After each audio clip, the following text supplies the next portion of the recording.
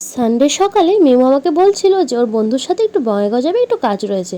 কথা শুনে আমিও লাফালাফি শুরু করে দিলাম যে না, আমাকে আর তোমার বন্ধুর বউকেও নিয়ে যেতে হবে, আমরা কেন বাড়িতে থাকবো।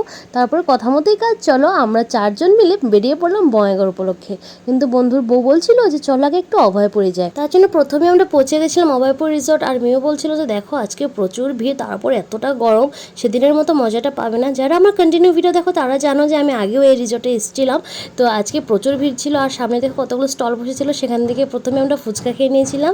আর ইনি হয়েছে মিমোর বন্ধুর বউ আর মেয়ে, আর ও আমার ভালো বান্ধবী, ওর নাম হয়েছে সঙ্গীতা, তো আমি ওকে দিদি বলেই ডাকি।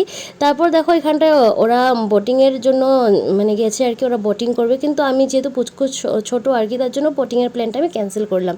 তারপর এখানটায় সব বোটিং টোটিং করার পর আমরা একটু রেস্ট নিচ্ছিলাম। তারপর সবাই বললো যে চলো একটু পকোড়া খাওয়া যাক। তো অর্ডার করেছিলাম ভেজ পকোড়া আর চিকেন পকোড়া, আমি খেয়েছিলাম কোল্ড ড্রিঙ্কস আর ওরা খেয়েছিল কফি। তো খাওয়া দাওয়া কমপ্লিট করে বেরিয়ে পড়লাম বঙ্গাইগাঁও উপলক্ষে। তো বঙ্গাইগাঁওতে সঙ্গীতাদি বলছিল যে একটা ফেমাস মিষ্টির দোকান রয়েছে, সেখানটায় যাবে। তো কথা মতোই কাজ, চলে গেছিলাম ভারতীয় জলপানে।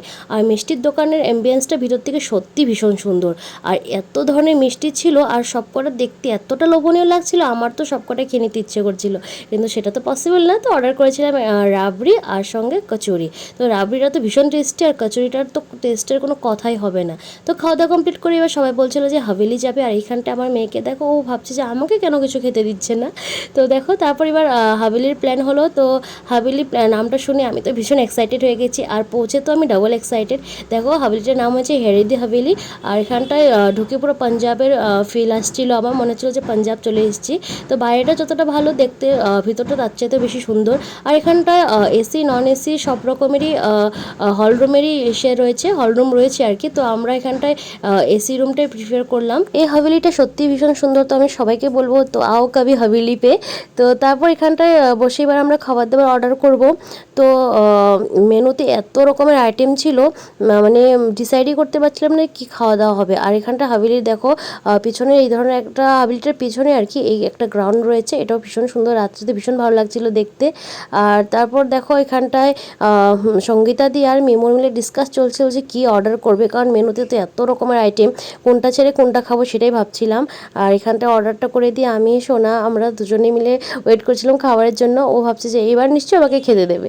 তারপর দেখো ফাইনালি আমাদের খাবার চলে এসেছে। অর্ডার করেছিলাম সাদা ভাত, এখানটায় পনির কুলচা অর্ডার করেছিলাম, তারপরে মিক্স ভেজ ছিল, আর এখানটা ধরো পেঁয়াজ লঙ্কা এগুলো দিয়েছিল, ডাল মাখানি ছিল, একটা ভেজ পোলাও, আর এখানটায় মাটন কষা। আর খাবার দাবারগুলো সত্যি বলবো এতটা টেস্টি ছিল, আমি তো আবার যাব এখানটায়, মেমোকে আমি বলে রেখেছি।